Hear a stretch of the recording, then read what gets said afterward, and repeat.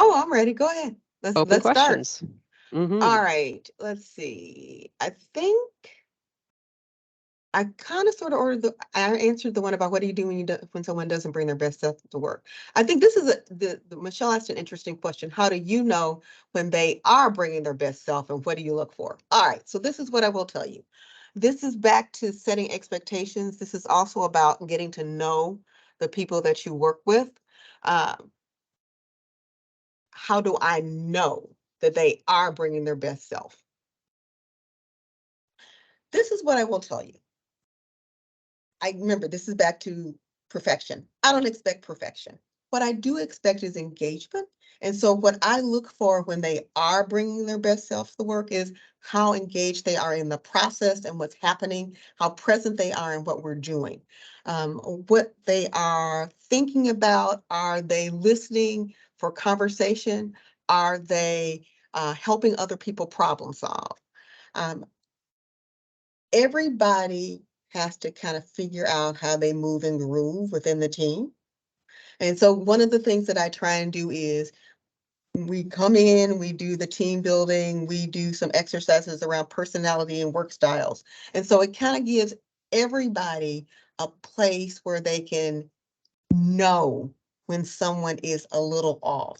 We spend that time every day learning how to kind of gauge how everybody's doing, what people are struggling with.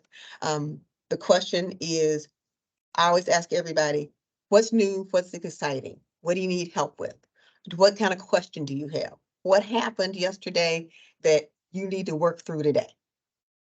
And so it's a matter of figuring out what that looks and feels like and how that kind of pops up for people, and then adjusting to it so they can get back to being, if not that perfect person, the best person they can be that day, or the best to what they are most days.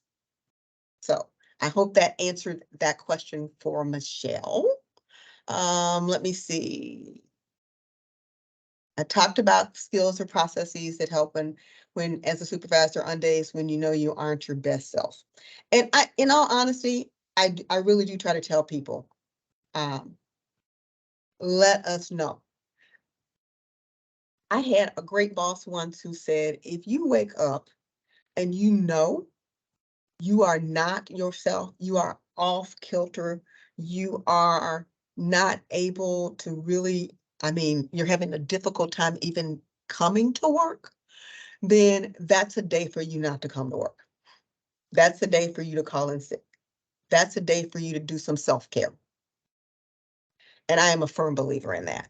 Uh, if you know you have a lot of things going on the outside, invariably, invariably, it does leak over to some other things, I think.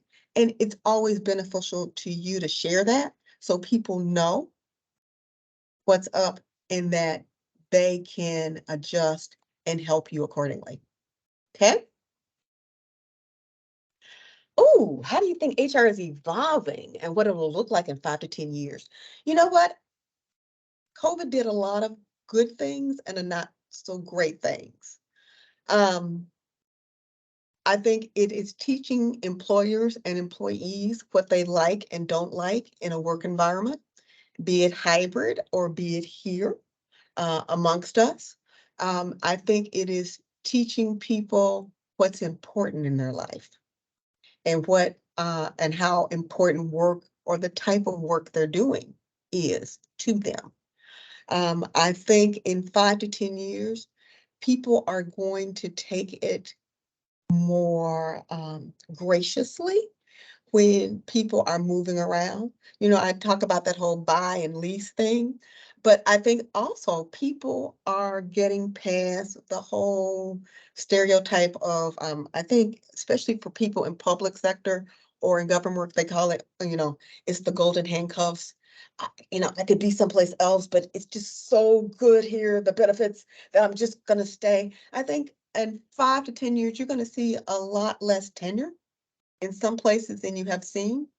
And I think what you are also looking at is a change in what is considered significant tenure and what that is going to do to things like benefits and how we administer things like PTO and how you earn PTO. And do you even need to have PTO for some people? Is it a matter of, hey, take as much vacation as it is in some sectors, take as much vacation time as you want, just so long as when you are here, your work is done, right? So it is not going to be the same kind of, oh, I really like people, that's why I'm in HR, that people initially thought about when they went into HR or when they were thinking about it as a career. I think people are going to see it much more as some place where, again, I like to believe that we are a partner, that we are efficient, that we are effective, and that we treat the person holistically. And that's what you're going to see in the next 5 to 10 years. And how do I hire for the best and the brightest for the job?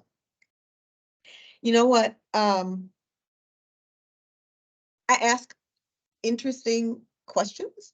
I like to see it when people show up. I like them to understand who we are. So we spend a lot of time when we get down, especially the finalists. I mean, yeah, you can ask, I ask the tough questions or I ask the right questions when we are going through skills and what's really needed for this job. I also am extraordinarily honest about what the expectations are and the fact that, and I will tell anybody this, and if you know me, I will tell folks, here's the great news. If you take this job and you don't like this job or you're not good at this job, you don't worry because I will fire you. I will be the first person to let you go. All right. And I'm going to tell you straight up, straight out. We're gonna walk through the process and you're gonna have to figure that out. All right. I will tell you tips, tricks, exercises to help employees discover their superpowers. You know, there are all kinds of things. There's Strength Finder and whatever else. But one of the best things I ever did was I saw a job coach, and they sent me through some of those career assessments. What are my interests? What's my personality like? There are some things that I actually sat down with and created on my own board of directors. And I asked them, okay, what do you see in me? What do you think I'm good at? What do you think I need to work at? And I did that for people within my industry, and I did it with my own staff, right? Um, I sit down with employees every year, and I used to do it more frequently with my staff when I first started, but because we see each other and we talk to each other so much, I don't do it as much now. But at least once a year, I try to sit down and have a conversation. How's it going? How are you feeling about work? Um, what am I doing right? What am I doing wrong? But what have you learned about yourself in the last year? What do you still like about this job? What do you wish how do you wish things were better? What do you see as your next steps? I ask all kinds of questions because I'm nosy, and because I also value the fact that they wish to spend their time with us here, helping us do the work. So I want to make sure that they get an opportunity to have a conversation with me. And then I want to tell them what I see, but I always tell them, tell me what you need.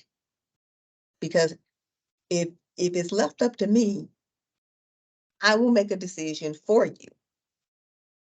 And I don't think that's what you want. I want you to, engage with me on how to make you better, how to make things better for you. What do you need? What are you looking for in 5 years? Um, I tell the story, one of the women that work here, I asked her, I said, so what do you want to do so you can be a manager? And she said, I never want to be a manager. May, that please, no, that is something I never want to do. Oh, okay. Well, what is it that you want to do? Because I see this, this, and this in you. And that's the back and forth that we have. Let's see, what else? Ooh, sorry. I think that is our time. Oh, So okay. yeah, I think that was really fantastic. And I would encourage people to put